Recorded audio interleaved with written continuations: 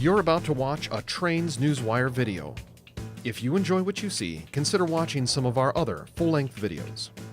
Selling Sunshine, the Florida Trains.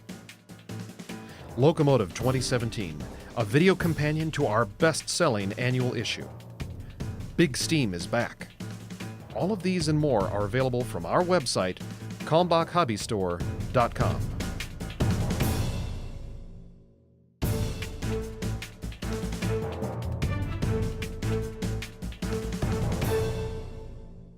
Hi, good morning, Trains Nation. Jim Wrinn with you on Friday, February the 2nd. Happy Groundhog Day to you. And yes, by the way, before you go and look at some other site, Punxsutawney Phil did see his shadow today, so 6 more weeks of winter in the great state of Pennsylvania and other locations.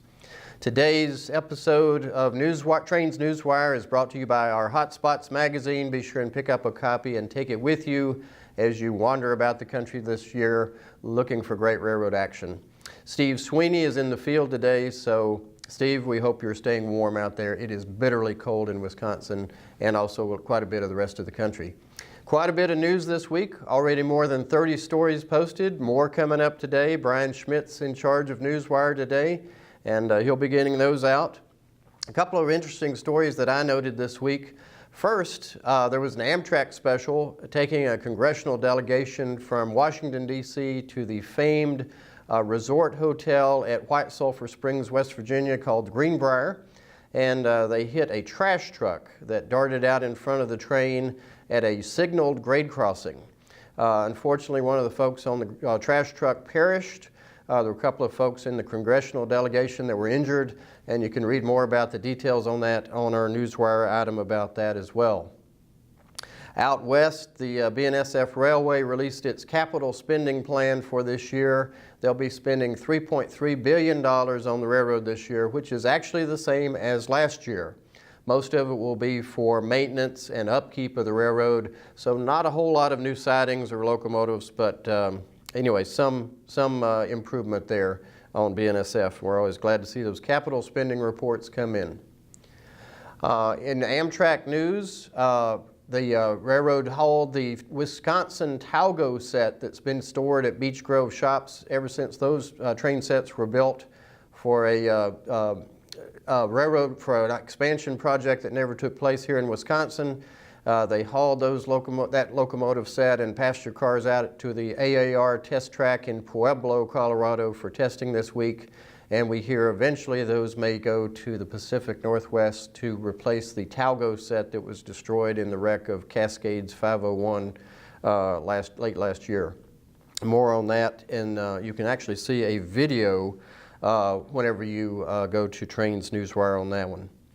Swinging back to New England, the famous Conway Scenic Railroad, the one that goes through Crawford Notch, has been sold to a private group. That's been a family-owned operation for quite some years, and we are certainly appreciative of Russ Siebold and his group taking good care of the Conway Scenic, which is a great tourist railroad there in New England, and now a group of local investors will be taking it along, and we do wish them well as well.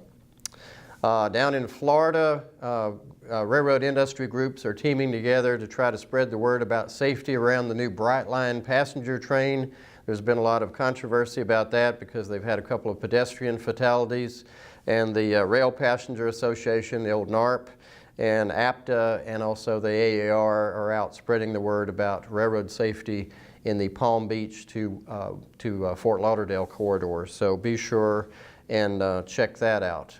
Last Monday, we had a report about a state legislator in Maryland suggesting that Allegheny County, which is where Cumberland is located, should pay for the remaining work on Chesapeake and Ohio 1309, the 2662 that's under restoration at the Western Maryland Scenic.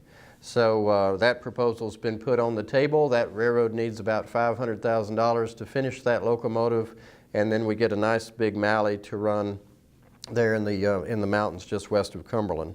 So interesting proposal. Have not heard if that will move forward yet. And finally, just a bit of travel news from us here at Trains. We've announced a photo charter with the Cumbres and Toltec Scenic. It's going to be in celebration, or commemoration rather, of the last revenue freight run across Cumbres Pass back in 1968. And we'll be doing a lot of special things on that. Check out Newswire, and we'll be offering tickets for that through the Cumbres and Toltec Scenic starting this week. So call early and often. Seats are limited on that one. So I'm Jim Wrinn, and appreciate you joining us this morning for this episode of Newswire Update.